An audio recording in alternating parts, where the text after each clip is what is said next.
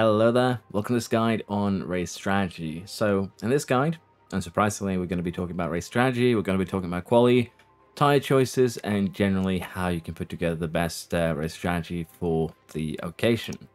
Now, since we're going to be going through quite a lot of stuff in this guide, I've added chapters. You can find them below or in the description if they don't show up in on the video itself. But generally, you can easily jump to the parts that you are interested in. So with that, let's just jump straight into it. The first thing you can do at the race weekend is probably get to this screen, and it actually gives you quite a lot of information. It tells you how long the laps are, what you can expect in terms of lap times. It's going to be a little bit longer than this.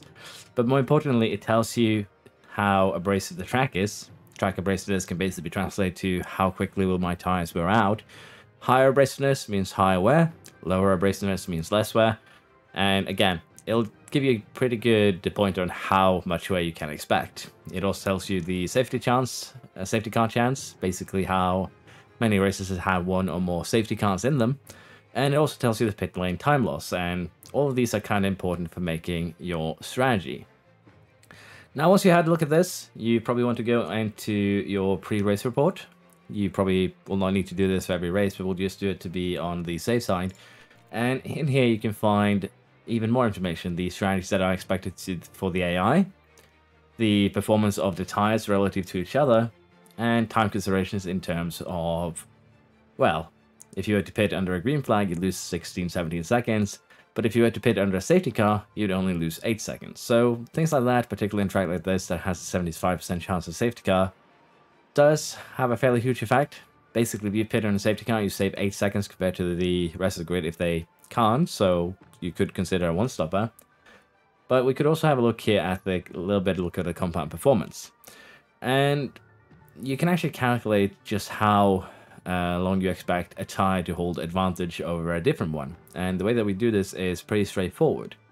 We take the soft time here of 1:41.353, then we take the medium time of 1:41.688, and then we find the difference. 3 tenths, 300s, 5,000. So basically 0.335 is the lap time difference on an average lap between these two.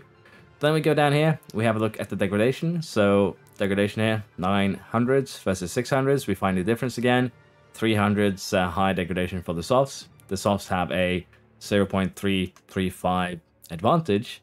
And if we take that number and we split it on the degradation difference here, which is 0.03, it takes about 11 laps for a soft tire to become equal to a medium tire in terms of lap pace. Now, in the case of this race, that is 25% of the race length. This is only 44 laps. So that does mean the softs are pretty viable. We can do the same here for the mediums to hard. You find the difference between this two, and then you split that on the difference between these two, which is 200s. Difference here is a little bit over 4 tenths. 4 tenths split on 200s equals 20. So I'm not going to go, I don't usually go very detailed, but I just get basically an appropriate number. So in this case, medium to hard, mediums will hold an advantage for about 20 laps. Actually a little bit more than that. And as a result, you might want to choose a medium over a hard tire. But yeah, that is basically how you can go ahead and calculate the tire advantage. But honestly, it's not super important to do this. You can basically figure this out through the race strategy planner as well, which we'll be jumping into next. Next up here, I want to talk about the strategy planner, which you have access to before the races. In this case, we can have a look at basically what we can expect. These are the standard strategies that the AI will deploy for the most part. This can change if there's safety cars. But this allows you to pretty freely mess around with the strategy planner. You can set up the strategies that you kind of want to try and employ here. And generally, you can see how quick a strategy is compared to a different one. So in this case, we can see that the strategy that we placed here with full attack is actually quicker than the one down here, which has a lot more tire to go on. But if we adjust it so that it too, uses all the tire that it has available, that gap goes down to just 5 seconds of advantage. And that's kind of what you should be doing before races. You should be taking the different compounds you have available, make some different strategies with them, and kind of see what is the quickest strategy that I can make by running, in this case, aggressive. or attack. Running attack is always going to be your best race strategy because you just save so much time. As an example, let's have a look here at this strategy. We're running medium, hard, medium.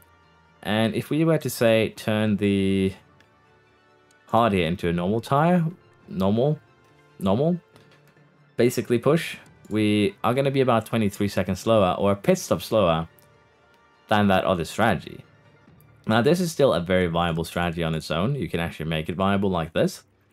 So it's not necessarily a bad thing. You can do one stoppers, but if you consider the fact that these strategies are 25-30 seconds quicker, and that includes a pit stop, you can see that this is actually a really bad strategy. We want to do an aggressive two-stopper here. Now, there are some tracks where pushing your tires too much is not a good thing.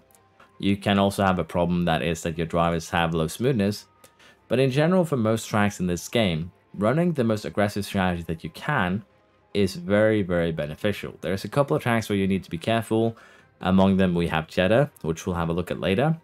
You have Barcelona, where the degradation is extremely high, so you might actually need to do the opposite of this, but we'll be talking about Barcelona a little bit later.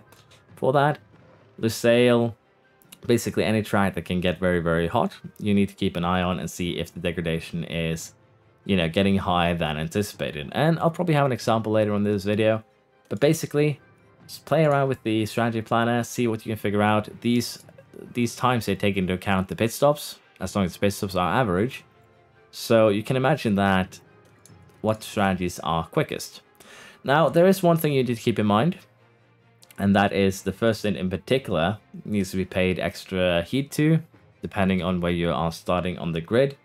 And what I mean by this is actually incredibly simple. Depending on where you start, in Albin's case, we're starting 13th. Going long necessarily isn't a good thing. And the reason why I'm saying this is very simply the fact that if we can't overtake the cars in front, going long is going to negatively impact us.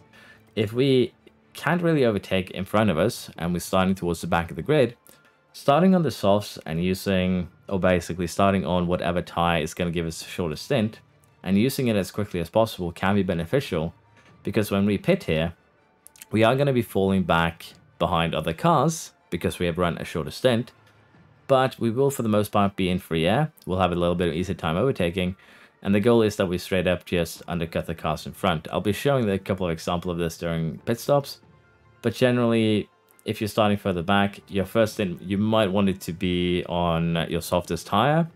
On the other hand, if you're starting further up towards the front, well, Alonso isn't really doing that. Starting on the mediums can be really beneficial because that allows you to extend your first stint. Hards can also work for this, basically just start on a harder compound.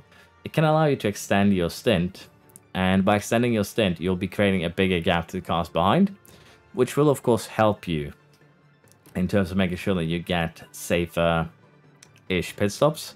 Basically, you will not be losing as much time because you will not be losing too many positions when you pit, if that makes sense. So if you start very close towards the front of the grid, feel free to use medium or hard and kind of extend your stints a little bit, get more of a gap to the cars behind so you don't lose too much time, getting stuck behind other cars after the pit stops, wasting the best life of your tires.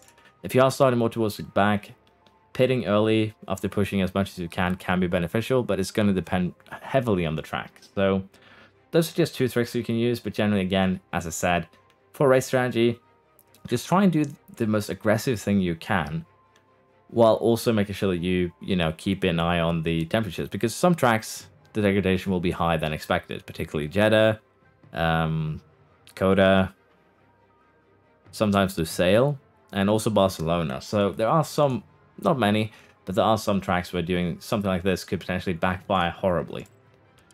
Now, for Alonso here, let's say that you are starting, in this case, we're going to imagine Alonso started 5th.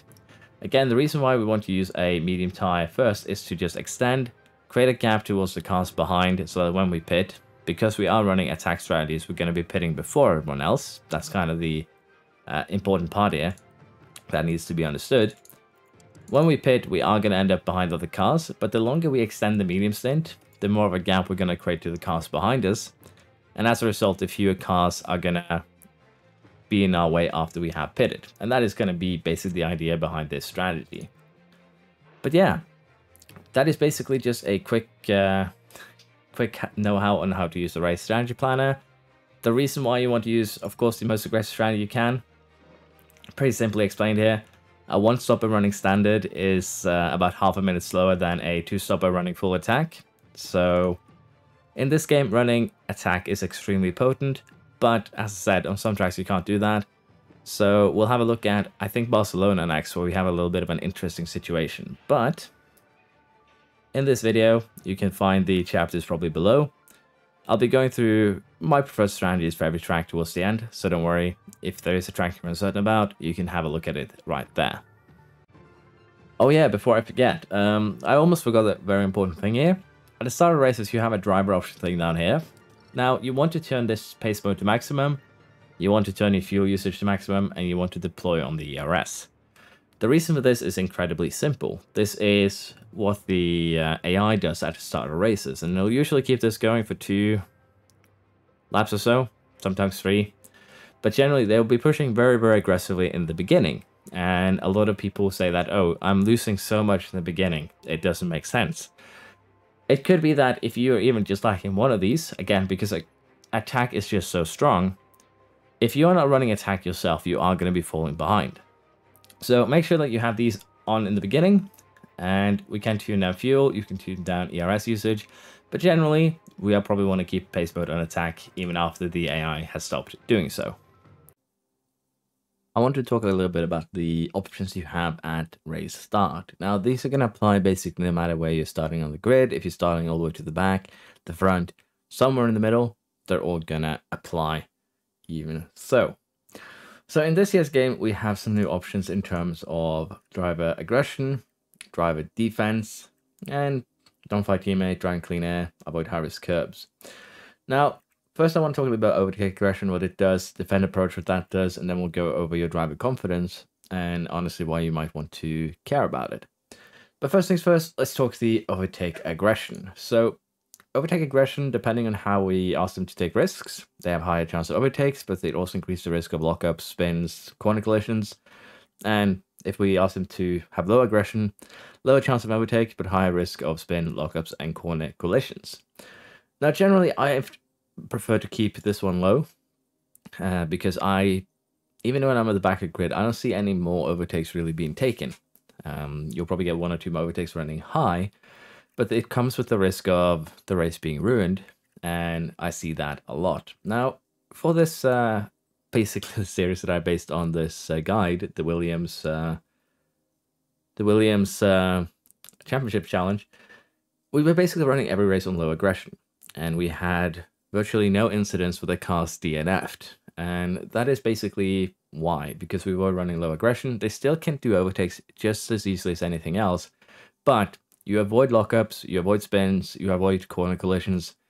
And again, the chance of overtake doesn't really matter, because if you apply the aggressive strategies in this guide, you will be pitting before everyone else. So whenever it comes to overtakes, you're actually going to end up in a situation where you are, for the most part, overtaking with a better tire. So I'd really recommend you putting overtake aggression low.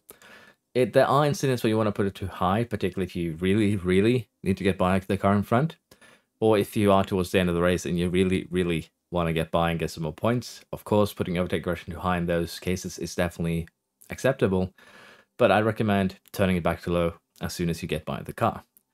It's kind of the same if always defend, but always defend, neutral, rarely defend comes with a couple of other issues. So always defend has risk of lockups, corner collision, effect on lap times. Now, the thing is, the effect on lap times is massive. You are basically losing an extra 2 to 3 seconds a lap running always defend versus running neutral or rarely defend. And that is why you should never use this unless you have the intent to hold up the cars behind. Basically, have your second driver hold up the cars behind for your first driver. It can be viable, but again, you're going to be extremely slow. It causes the risk of lockups, corner collisions, and generally it's not going to be a good time for the driver that you put this on. So very situational useful, but honestly, I've probably never used this. For neutral, I've probably never used this either, honestly. Rarely defend actually has a positive effect on your lap times, somewhat, even though it doesn't tell you here. It also lessens risk of corner collision, lockups, and generally just incidents. And I haven't seen any, big issues with the defense so far. And again, the main thing that we're focusing on is race pace for this guide. So I recommend putting this to rarely defend in the beginning of races. Now, there is a bug, a glitch, abuse you can do with avoid high-risk curbs. I will not be getting too into that, but you can use this if you see high tire temperatures, just to cool them down. Same here for driving clean air. So you could potentially use that also to save powertrain when temperature. Generally, I don't use these three, but again, they can be situationally useful. Now, the other thing that I want to talk about is the confidence. And driver confidence actually has a direct effect on these 5 stats. It also has an effect on the chance of incidents. And depending how well you do in quali and setup, well, basically just how well you set up the car, how many laps you do in practice, you will have a starting confidence based on, well, your driver's relationship with your engineer really has a huge effect on that too. But confidence is important because it gives you a lot of stats here. Cornering, braking, accuracy are all important stats for race pace. Overtaking, defending are also rather important. And generally here, if you run the strategies that I've outlaid in this guide, very aggressive ones where we pitch first, you are going to end up very quickly with peak level confidence because again, you are pitting first. You are going to end up doing overtakes on cars that have yet to pit. So they'll have worse tires, they'll be slower, it'll be easy overtakes, and that'll boost the confidence. Now, the confidence has another more important effect, and that, as you can see, is the chance of an incident. Currently, the higher your confidence, the lower the chance of an incident. So have that peak confidence in combination with the overtake aggression and defend approach being rarely defender low, and you can have drivers who will lock up every now and again, spin. You'll still have minor incidents, but for the most part, they'll not be taking themselves out of the races when they have incidents. It'll be minor incidents. You might need to pit them for new tires and etc. But generally, you'll be saving a lot of pain and suffering from your drivers getting into trouble. So that is why I recommend running the tactics like this.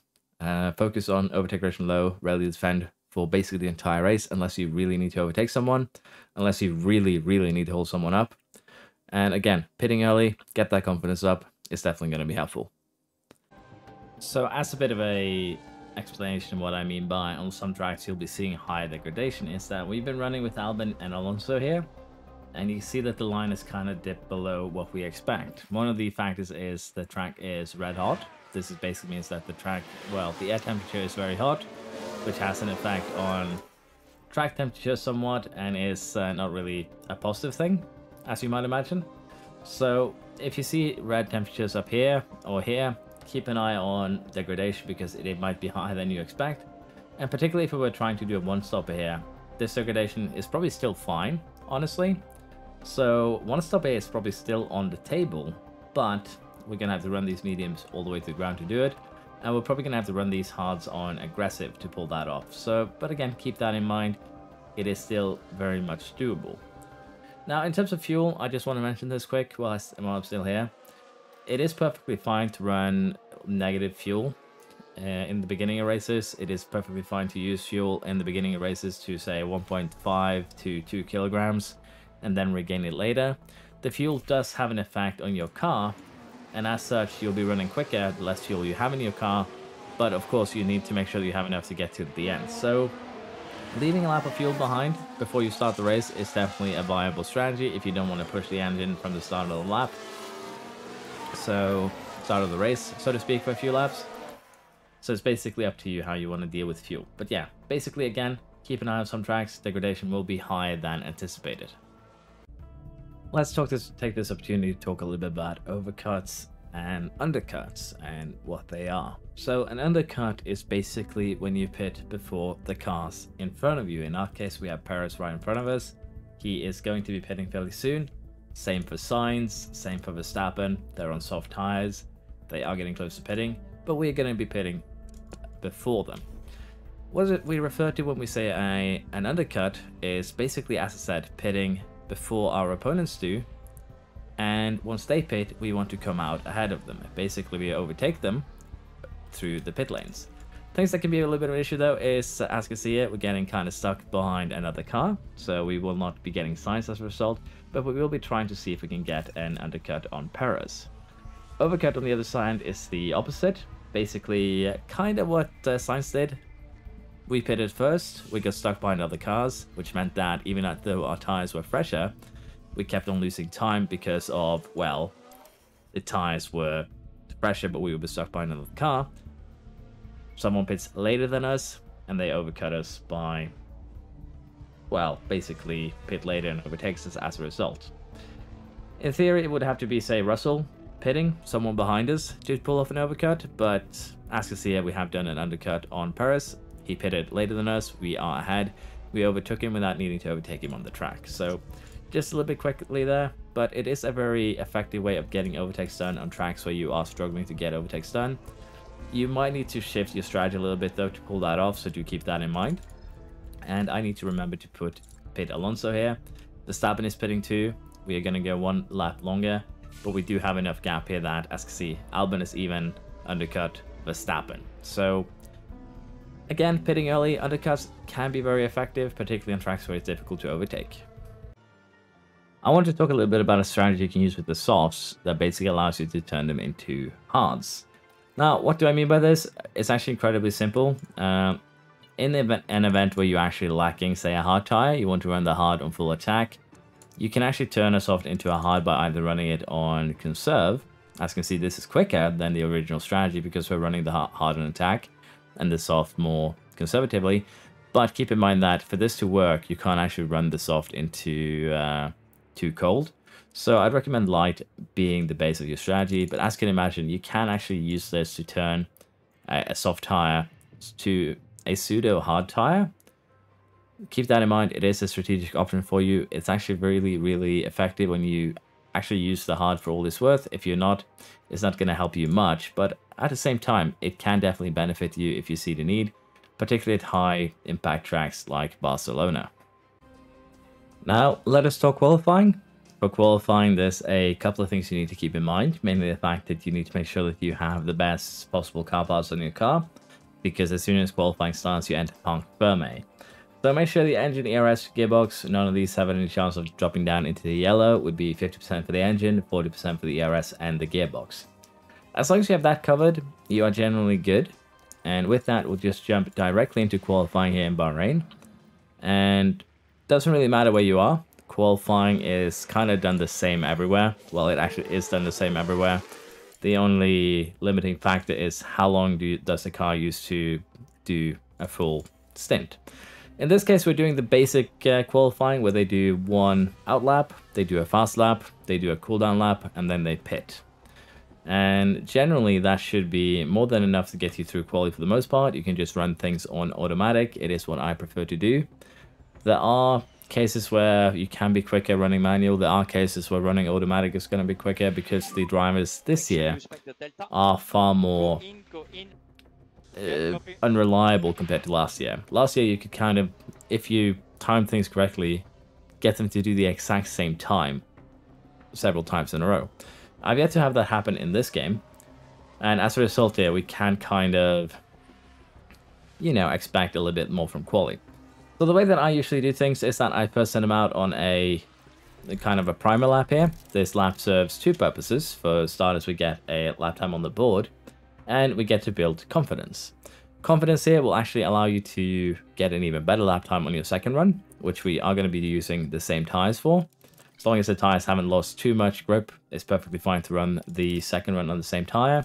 And in Q1, for instance, where we still have 11 minutes left here, we can actually send them out for a second run. And I think that is what we're going to do, just to be on the safe side, before we do a final run. Usually, one run might be good enough if you're a top 2-3 team. If you are 3rd to 6th, you might need to do a second run in Q1 and Q2. But generally, as long as you think you're safely through, it's perfectly fine to just sit in the pits and wait. In this case, we are doing another run, because I'm afraid that we're going to get knocked out in Q1. So we want to improve our times. And as you can see here, both Alonso and Albon improve their times quite drastically here on this second run, which has boosted their confidence even more. And now we want to kind of prep them for the final run, which is probably the most difficult part of getting, well, to get right, if you will, in quali. And the main thing that we want to do here is just wait and we know that we need about 130 to get around. Add another half a bounce for 45 seconds. As long as we go out 230, 215 at the latest, we can take manual control to make our way around. But that should be good enough that we can do a final lap. Now, we kind of want to wait a little bit here, trying to allow these guys to go through before we send our cars out. But this should be an alright window to do it in. It is going to be a little bit problematic here with Tsunoda kind of being in the way for Alonso. But it is hard to find good gaps, particularly here in Q1. But we probably didn't need to send Alonso out. We do need to send Albon out, though, just to be on the safe side here, that he doesn't get knocked out. And that's kind of what you have to make a decision. You have to look for gaps to make that happen. And Alonso here doesn't improve. Albon improves, so we're both through with both cars. And that is kind of what you like to see. But that is basically the gist of qualifying. You just need to find these decent gaps. Of course, saying it and doing it, it is two completely different things. But it is, I can't really do anything more than that, honestly. That is the best explanation I can give. Now, if you feel like you've used the first set of tires for Q2, it's perfectly fine to use a new set. In this case, we actually have 2 mediums for the race, which is definitely preferable for most places. So for Albon here, we're going to give him a fresh set. For Alonso, we're going to give him a fresh set. And again, it's perfectly fine to run both runs in Q2, because Q2 you'll usually only have time for 2 runs. It's perfectly fine to run both of those runs on the same set of soft tire. There's nothing necessarily bad about it. However, with 15 minutes, we might have time to run 3 runs. So you could still use the same tire for all of those, but if you want to kind of risk it of getting into Q3, you might need to use another set of softs to make that happen. For Albon, that would be kind of tragic, because that will leave him with just 1 soft for the race, but it can definitely be helpful. Currently P1. We are P1, but yeah. We'll have to see, again, we are about a second and a 3 behind the Red Bulls here. So in this case, we probably aren't going to send them out immediately for another run. The goal of that is twofold. We need to build more confidence, and since everyone has kind of done the run earlier, the track should be fairly free, particularly once Ocon is done with his shenanigans. And hopefully here we get a lot of free air, where we can actually set a lap. And for Albon, it looks like he'll get just that, unless Sainz blocks him in that first corner. Kind of did. But except for Sainz here, both cars were kind of free to run their own thing. And we'll be able to pit and do another push lap before the end of this qualifying session. So both of our drivers improved.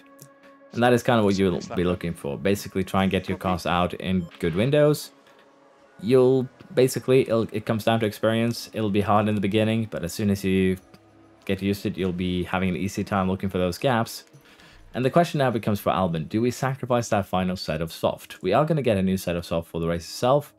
It's not really estimated that we're losing any time by not using them.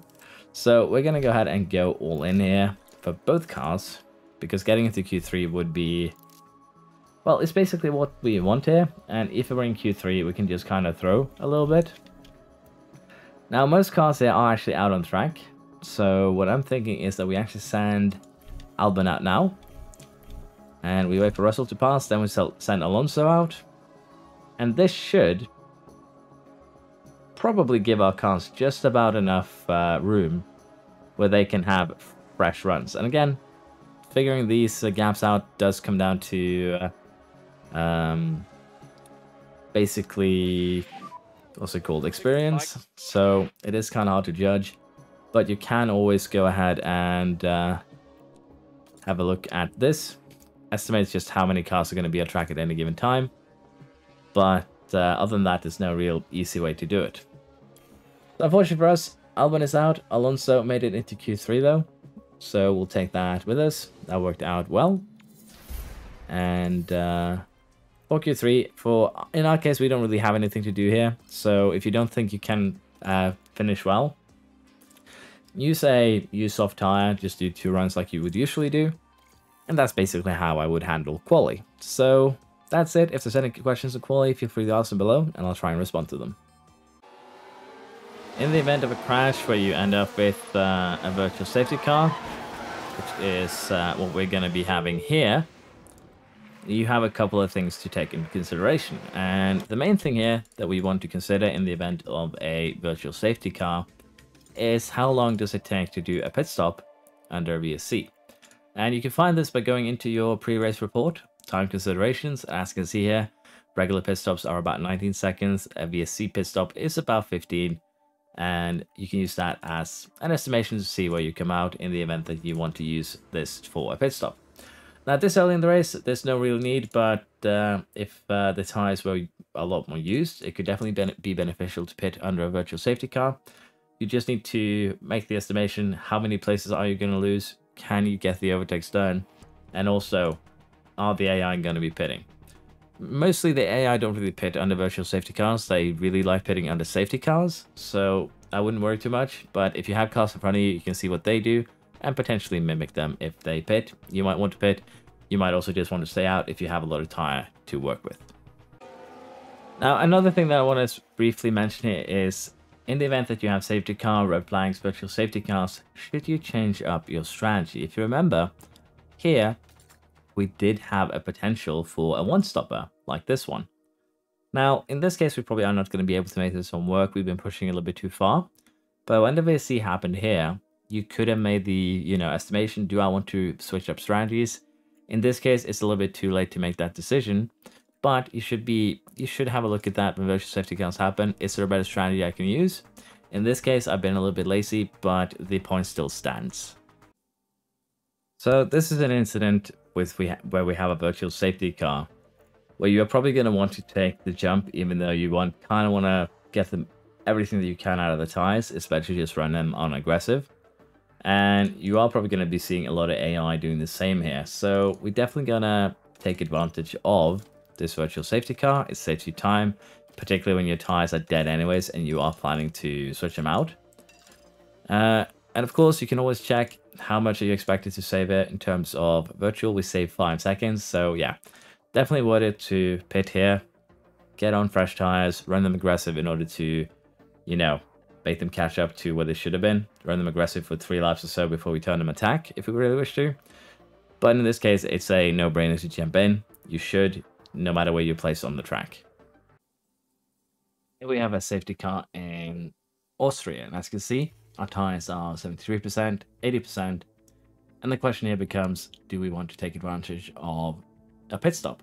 The cars behind us has already done that. We can actually see Verstappen here has been in a crash, but as you can see, the cars behind are already starting to pit. Most of them are below 80%, and that is generally when the AI will choose to take advantage of a safety car and do their pit stops. Now, our tires are fairly healthy here at 73 and 80%, but even then, we need to take into consideration that we'll be running behind the safety car for quite a while. And as such, we will probably try and figure out a better strategy for us to use. See if we can have a better strategy to pull off here than if we stay out. So for tires, we only have a medium. We do have a lot of soft though, so we can jump on the medium early, then go on the softs maybe. And I think that is what we're going to do here. But yeah, the idea is fairly simple. Because we're going to be running behind the safety car, even though we have 73 and 80% now on the tires, by the time the safety car comes in, that's probably going to be down to 65 to 60. And for Alonso, 73 to 70. So we'll not have much tire left. The cars behind us will have better tires. And as a result here, even though the tires are still, as I said, fairly healthy at 73 and 80%, it is going to most likely be better for us to change up our strategy. Particularly because all the AIs are going to be pitting as well. So even if we pit here, at worst, we'd fall down to 3rd and 4th. Because Verstappen is out, basically.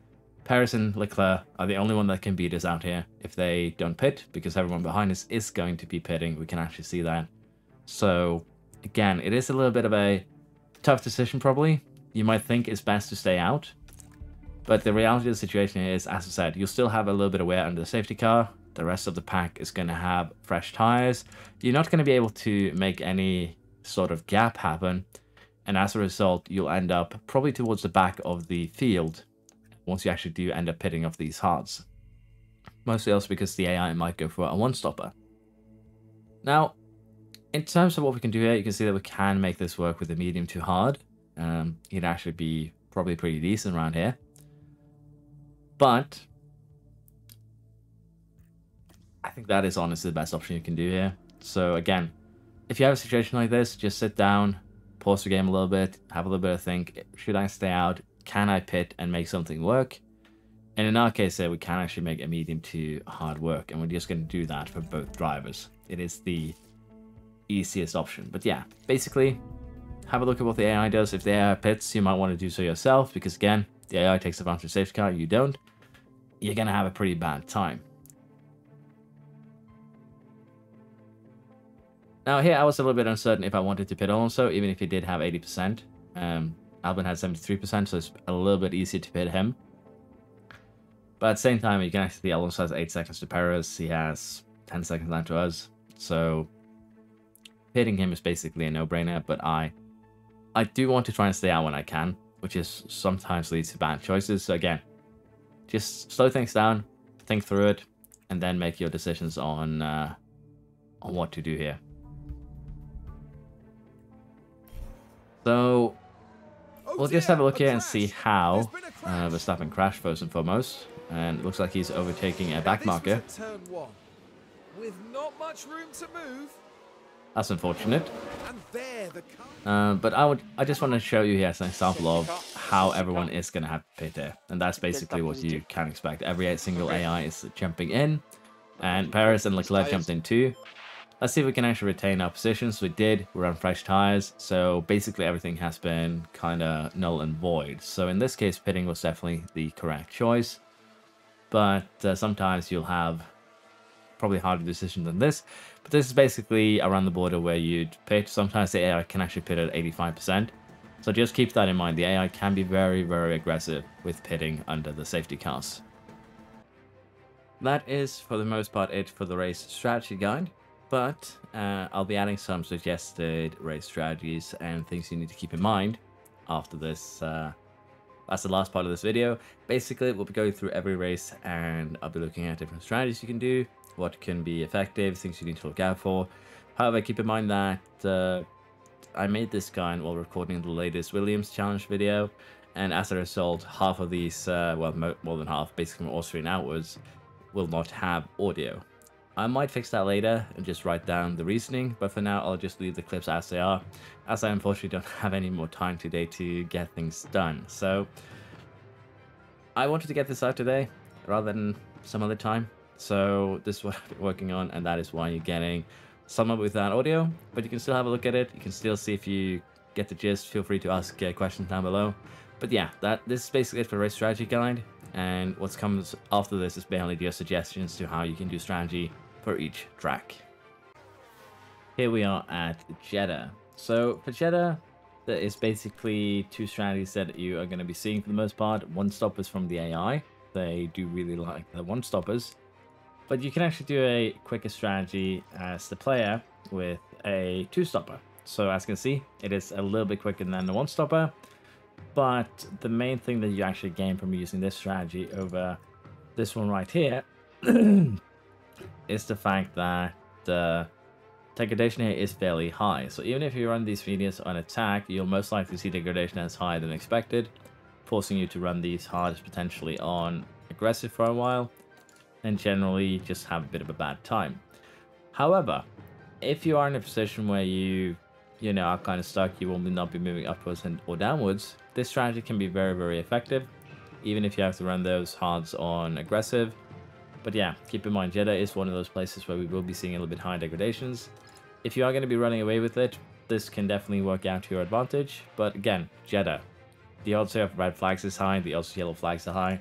So if you can do a one-stopper, do it. But again, if degradation is high and you see it is going to force you into a strategy that you don't want to do, you can always slip onto something like this afterwards. Australia is another one of those medium track racing circuits. Short pit lane, decent chance of a safety car. And as such, the strategies that we have available to us is going to depend on where we start. Starting towards the back, starting ourselves is probably better. Also, if you maybe start all the way in front of the grid, it can work. Generally though, if you start towards the front here, we probably are going to want to do something like this. These two strategies have the same amount of time because they're basically just moved around depending on where you start. But it is also possible to do a one-stopper. It's kind of risky though, so I really recommend going for the two-stoppers. They're going to be quicker. In most cases, if you have just slightly more degradation than expected, you're going to get in trouble. However, if you have a red flag, you might benefit tremendously. So these are the three strategies I'd recommend, but again, mess around with the strategy finder and see for yourself what you find to be the best. For Baku, we have kind of two races. We have the sprint and then the race itself. So for the sprint here, you basically have three options. We can go with a soft tire, we can go with a medium tire, or we can go with a hard tire. Now, as you can see here, the medium and the softs is quicker. We have a little bit to go on here in terms of degradation. We have a little bit more to go on in terms of the medium. It's going to come back towards the end. The softs is going to have an advantage in the beginning. So basically, depending on where you start, you might want to choose one of them. But it is Baku. It is very prone to having safety cars, VSCs. So I would recommend probably just going soft here. But if you have low smoothness, you expect high degradation, feel free to go medium. So Baku is fairly interesting because it's a street circuit and it has very low abrasiveness, which means that there's literally no degradation around this track. It is incredibly minor. And as an example of how minor it is, you can easily do a full attack medium to hard. And it'll barely be slower than any of the other strategies. As you can see here, a two-stopper, medium, hard, soft, is the same amount of time. And a medium, medium, soft, basically, maybe the quickest we can do it. We could potentially try and place in a soft here. Unfortunately, we don't actually have soft tires for Albono. We have for Alonso here, so we could test that out, a soft, say, medium, just to see if it's quicker. But honestly here, that is probably the quickest strategy that you can have, something like this. And it's a 30-15 versus a 30-15, so it's around the same time. So no strategy here is really superb. I'd say just go for a one-stop if you are kind of safe with your position. There's no reason to kind of stress it out or do anything really risky here, because again, the degradation is so incredibly low that if you run a soft tire on full conserve, you can actually make it the entire race distance on a soft tire. So no degradation, one stopper is probably the best strategy here, although two stoppers are more fun. Miami is another medium abrasiveness circuit and pretty short pit lane again, which does allow for some interesting strategies. But in terms of compound performance here, the softs are better for about 10 laps. The mediums have a pretty huge advantage over the hards at 25.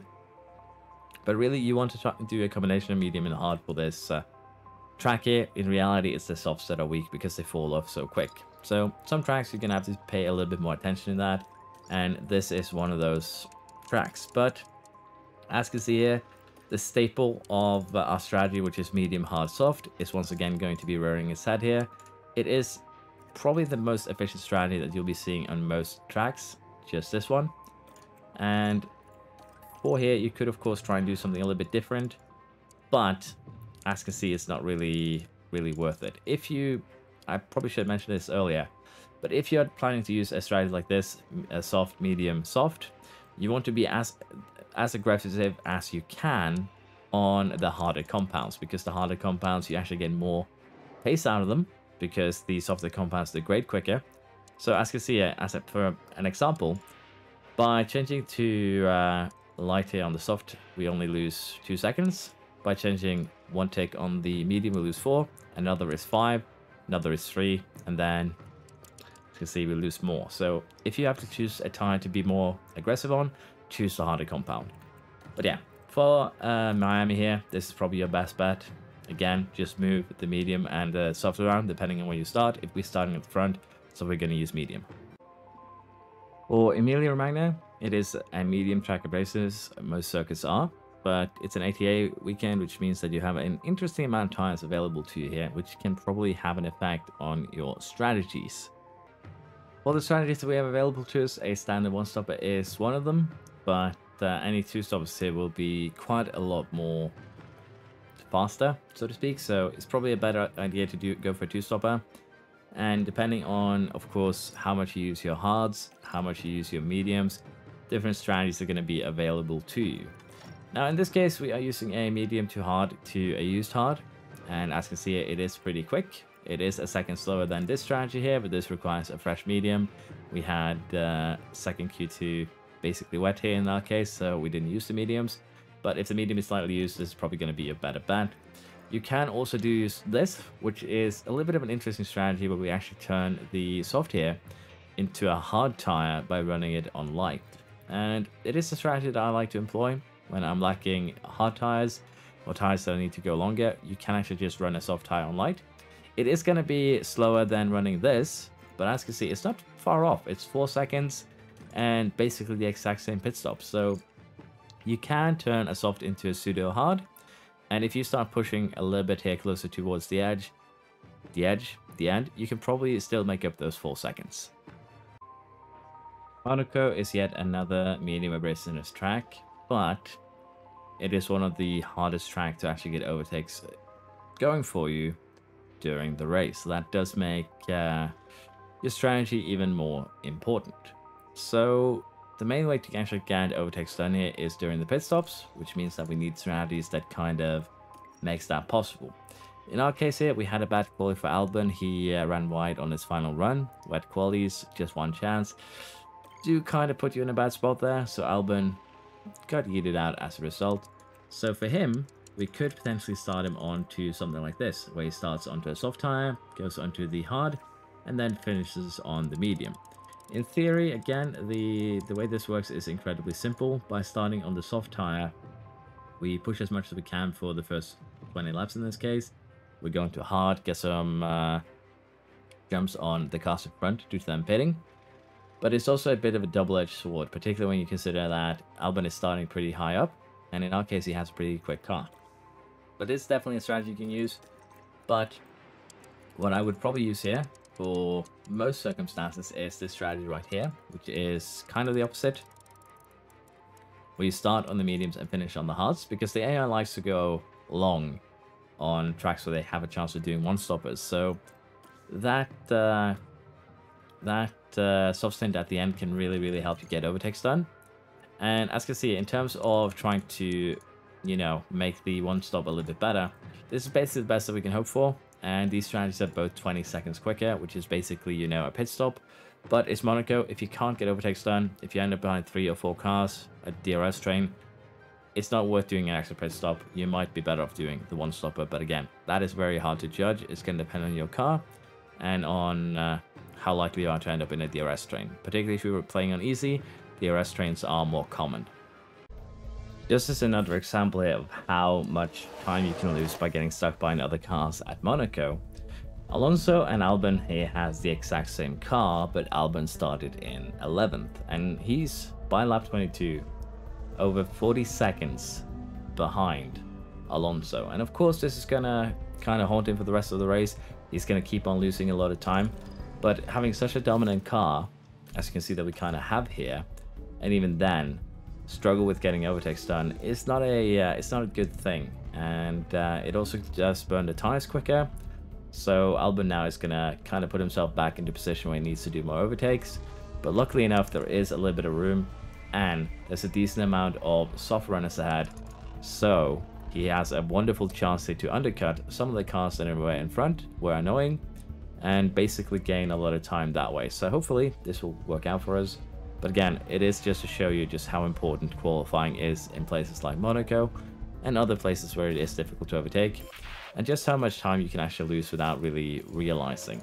So for now, we will allow this to progress, and I think we'll probably just jump straight to Brazil, unless we have some interesting incidents.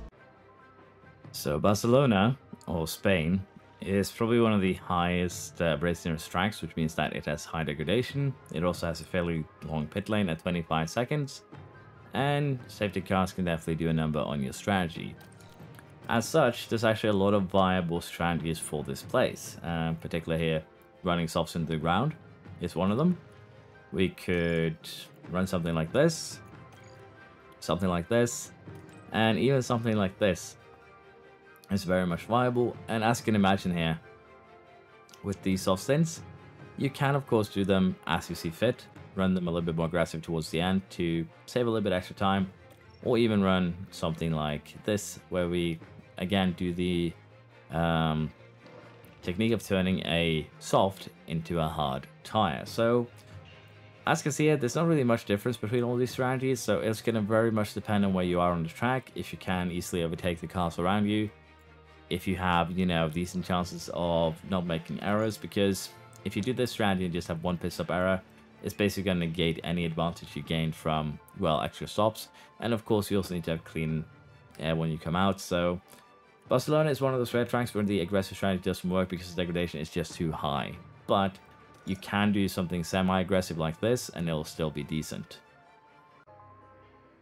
Canada is a track that kind of lies to you because, let's be honest here, it says medium track abrasiveness. Reality of the situation is that it isn't. And it also has an incredibly short pit lane. So I've just adjusted the base strategies here, but as you can see, most of them are actually fairly good. This one is the slowest. This one is just your standard one stopper. And as you can see, it's fairly quick. Two stoppers here will save you just another 6-7 seconds. And doing soft, hard, soft is actually probably going to be your quickest bet. You can start mediums if you want to stretch that first stint a little bit. Have that option for you, just in case, of course, you want to, as I said, stretch a little bit so you can avoid pitting into traffic, which will be nice. But generally here, one stopper, two stopper, doesn't matter. Both are decent strategies and both can be run on full attack, which is honestly the one thing that we do care about here. So that is exactly what we'll do. We'll probably do the same for both drivers. Might switch them over to a one stopper. That's why we're going to be starting on the medium. It gives us that flexibility. If we see the, you know, higher degradation, we can switch to a two stopper. If we see lower degradation, we can definitely do the one stopper. And again, that is kind of why you want strategies that allow you to adapt later on.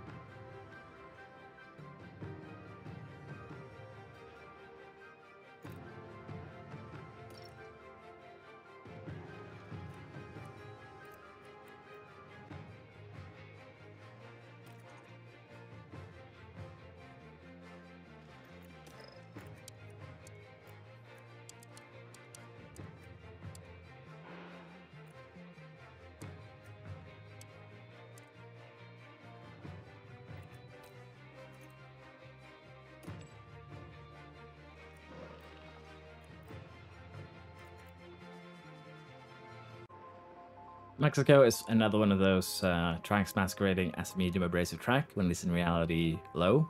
It's also a fairly short pit lane, 23 seconds. It's a little bit long, don't get me wrong, but it's still fairly short. Now, in terms of strategies here, they actually have a pretty good base strategy here, a one-stopper, which you can actually modify a little bit to gain 13 seconds, like so. The other strategies here aren't necessarily bad either, but as you can see here, this strategy kind of transfers everything, but considering that this one has, you know, hard in the middle, we can very quickly make it a lot quicker, just so. And same here with this one. For instance, with this one, we can just improve the hard a little bit, but it would be better to use a medium tire for this strategy to begin with. Now, what we're going to be doing instead is a two-stopper like this, and as you can see, it's 18 seconds quicker than the improved standard strategy. And if you want, you can actually use a soft tire for this if you don't have two mediums. There's nothing wrong with that. And that is probably going to be my preferred strategy, medium, hard, medium, or medium, hard, soft. If you start first towards back, soft, hard, medium. For the Brazil sprint, we are seeing kind of what we've seen in the other sprints. Being able to run hards and full attack is more beneficial. You can also do the same here with kind of mediums. You don't really want to use softs, even on standard they're going to fall off. But you could also, of course, do the old trick of turning them into hard tires. They'll do around the same amount of time here, but it's not really going to change anything. Alright, so the Brazilian GP itself is a high abrasiveness track, which means degradation is high. We kind of know this, expect this. And we need to kind of make a strategy that reflects this. Now, doing a one-stop here is viable, but as you can see, even a medium to hard is going to be very, very close. So most strategies here are going to be two-stoppers of some kind. Medium, hard, medium, for instance, is probably a very common one. And again, we do want to run the harder compounds the more aggressively. And we also do want to run that initial medium stint on aggressive as well. So you'll probably end up with something like this as a decent strategy. Other than that, of course, if you want to run softs, you can actually do that like so. But again, here, as you can see, you do run the risk of running out of tire if you run the aggressive strategy. And aggressive strategies are just generally better. So you'll be hard-pressed to find something that is going to be more effective for you than a medium, hard, medium. And again, if you really want to, you can light this one up a little bit, make this one a little bit more aggressive. But I prefer to just keep this one on full attack so that I can make sure that I can push from the get-go. And that is basically the idea here. So this is probably my best strategy around this place. But again, experiment, find one that fits for you.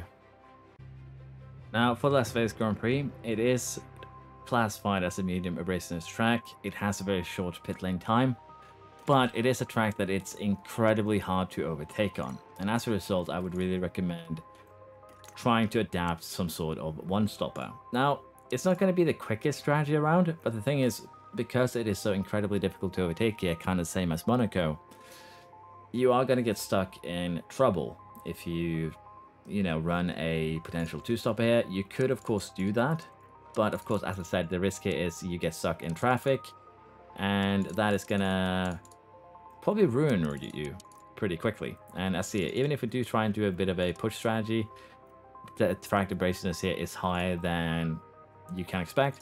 And as you see, even a strategy like this will give you just 11 seconds over the one-stopper. So I would really just recommend doing the one-stopper here. I haven't had any luck doing a two-stopper, but I've had some success doing the one-stopper, although you'll have a little bit more fight with the cars around you doing so. Here we are at the final race of the season. Medium abrasiveness, 21 seconds, pit lane time loss, not major. And generally here, the strategies here can be pretty varied. So the base strategy here is basically a one-stopper. You have some strategies here that way you can do kind of two-stoppers, which you can also kind of alter a little bit to make them, you know, a lot quicker than the base would suggest. Or you can go with some pretty aggressive strategies like three-stoppers, or turning a soft into a hard, or saving another hard from practice. Now, the difference between these ones are pretty minimal. The pit stop might make it worth it to just do like this. So honestly, you have a bunch of options here. You can do something like this. This is also viable. You don't push the medium as much. You have a little bit less to go on, I feel, than if you did it like this. So it is up to you, though, what you want to use as your best strategy. I'm probably going to be sticking with either this one or this one, depending on if I have tires. In this case, when I don't really have tires, we're probably going to be doing the two-stop one. And probably the same here for Alonso. But if you save tires in practice and quali, you can definitely do some pretty interesting stuff. For us though, this is going to be what we do. That is it for the basic strategy guide, race strategy guide. And it's been a very lengthy video, but the reason for that is incredibly simple. It is because we have been focusing on, well, basically everything that I could think of in terms of race strategy. I would have liked some more basically examples of safety cars, virtual safety cars, red flags. But as I said, I recorded this strategy guide while doing the Williams last Williams video, which you can see the results of here. And there just wasn't a lot of things happening in terms of safety cars, virtual safety cars, anything like that. The only real safety car that had any sort of effect was the one that was shown in this video. So you can imagine that had a bit of a damper. I might do a future video. What should you do with virtual safety cars and red flags? But for this, I think this has been a fairly comprehensive guide on race strategy. As I said, gone through everything, have suggestions for every race in terms of what strategy you can employ. And if there is something that is unclear, or you'd like to, you know, get clarified, any questions, as always, feel free to ask them and I'll do my best to respond. But yeah, this has been it. Unfortunate that I just don't have time to do extra voiceover for the strategies that I'm currently lacking. But I think you'll get the gist from watching the video. If not, again, just ask. But basically, I only had time to get this done today. It's been a busy Sunday, and I do wish to watch the race today in Brazil. So blame that for the lack of voiceover for some of it. But again, I think most of the things have been covered. Hope you enjoyed it. If you have, please leave a like. Please subscribe if you haven't already, as that helps me out a ton. And let me know what you want to see next. Bye-bye.